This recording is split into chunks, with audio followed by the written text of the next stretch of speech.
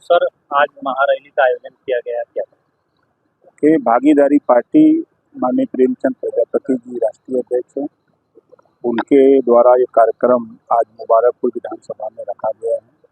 उन्होंने कार्यक्रम में हमको बुलाया है कि आप भी इस कार्यक्रम में आइए, तो हम इसी कड़ी में इस कार्यक्रम में आए। क्या लगता है भागीदारी पार्टी जो है आने वाले 27 के चुनाव में आपके साथ रहेगी?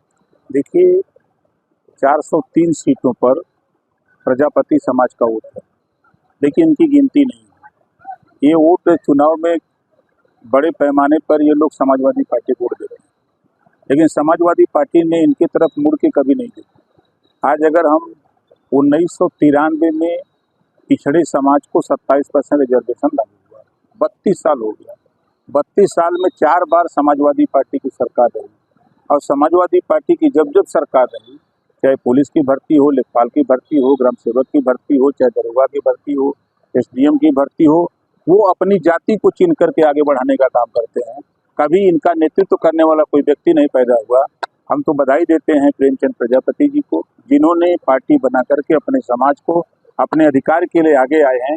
आज चाहे झांसी, बांदा, चित्रकूट, बुंदेलखंड का इलाका हो, चाहे एटा, इटावा, कन्नौज, कासगंज, सहारनपुर, बागपत, शामली का जब इलाका हो, चाहे आपके पूर्वांचल का इलाका हो, पूरे प्रदेश के 75 जिले में इसी तरह ये अपना बाजा बजा रहे हैं, समाज को जगा रहे हैं कि भाई जागो तभी सवेरा है। देखो, आज ओम प्रकाश राजभर से ही सीख लो कि इन्होंने 14 साल जगाया, आज देश की राजनीति में समाज दिखने लगा। आज पिछड़ों की चर्चा होने लगी, पिछड़ों की बात होने लगी, कल तक बात नहीं होती थी। उसी तरह अगर हम डॉक्टर संजय निषाद जी की बात करें, उन्होंने समाज को समझाया, आज डॉक्टर संजय निषाद जी की चर्चा हो रही है। उसी तरह अनुप्रिया पटेल जी ने समाज को अपने समझाया, उनका समाज आज चर्चा हो रही है। तो ठीक उसी तरह आज प्रेमचंद प्रजापति जी को अपने समाज को बता रहे हैं कि भाई जागो तभी सवेरा है। आज थाने पर कोई पैरवी करने वाला नहीं है।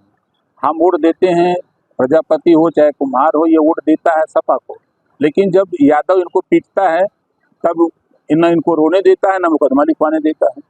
तो इनका नेतृत्व करने के लिए अब प्रेमचंद जी आए हैं।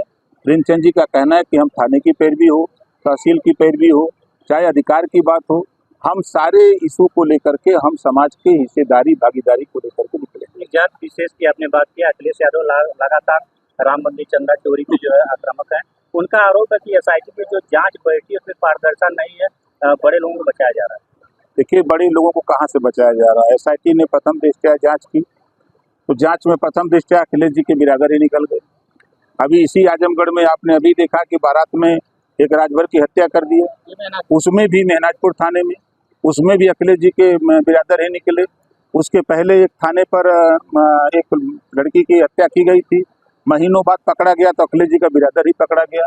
तो बड़े पैमाने पर समाजवादी पार्टी के लोग वोट तो लेते हैं, लेकिन जुल्म, जाति, अत्याचार, हत्या, लूट, डकैती इन्हीं के ऊपर करते हैं। तो इससे निजात दिलाने के लिए जुर्म वहीं होता है जहाँ संगठित लोग रहते हैं। जब संगठित होकर के लोग लड़ते हैं अपने अधिकार के लिए, तो वहाँ जुर्म नहीं होता। सनातनी हमी है, उन्होंने अपने प्रदेश कार्यालय पे सनातन का आपने 4 बार की सरकार देखा समाजवादी पार्टी का। पहले तो वो समाजवादी ही नहीं है। राम मनोहर लोहिया ने कहा है कि समाजवादी वो है जो अपने नाम के आगे पीछे जाति हटा दे, वो समाजवादी है। लेकिन अखिलेश सिंह यादव ये कैसे समाजवादी हो सकते हैं? ये उनके नाम पर राजनीति कर सकते हैं, लेकिन समाजवादी विचारधारा के नहीं हो सकते। अगर ये समाजवादी पार्टी की विचारधारा के होते तो क्या अपनी जाति को ही आगे बढ़ाते? कोई भी आप उठा के देखिए, 86 में 56 एसडीएम अपनी जाति को उन्होंने बनाया। आज बड़े पैमाने पर उठा के देखिए, थाने पर पुलिस, लेखपाल, ग्राम सेवक, हर जगह उनकी बिरादरी के लोग कैसे आए? चूंकि हमको चाहे वो नाई, गोंड, पाल, प्रजापति, बिंद, केवट, मल्ला, राजभर, चौहान, आरा, करकबंसी, बंजारा, बहलिया, कंगार, सबको गुमराह करके वोट तो ले लेते हैं, सरकार बना लेते हैं।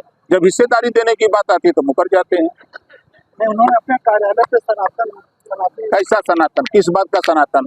आप उठा के देखिए, 5 साल के कार्यकाल में 1000 दंगे हुए, कर्फ्यू लगा, 1200 जन की हानि हुई। आज सनातन धर्म के मानने वाले लोगों का शासन है, एक भी दंगा नहीं हुआ, कहीं कर्फ्यू लगा न कहीं जन की हानि हुई। आज प्रदेश में अमन चैन है।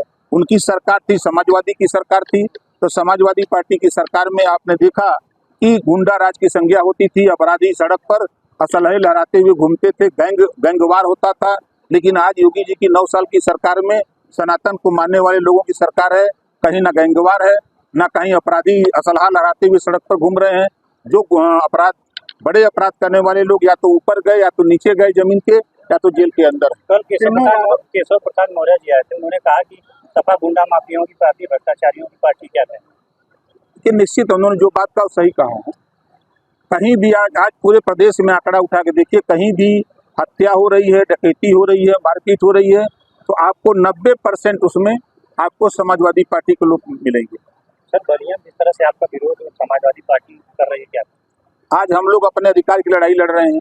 हमारा अधिकार समाजवादी पार्टी सरकार बना के लूट रहे थे, अब उनको बुरा लग रहा है कि ये लोग अपने अधिकार की बात क्यों कर रहे हैं। हमारे साथ रहते, हमको वोट देते, अपने अधिकार की बात न करते, तो उनके जो गुंडे हैं, जो माफिया हैं, जो अपराधी हैं, वो सड़क पर तांडव करे तो उनसे डरने वाले हम लोग नहीं हैं।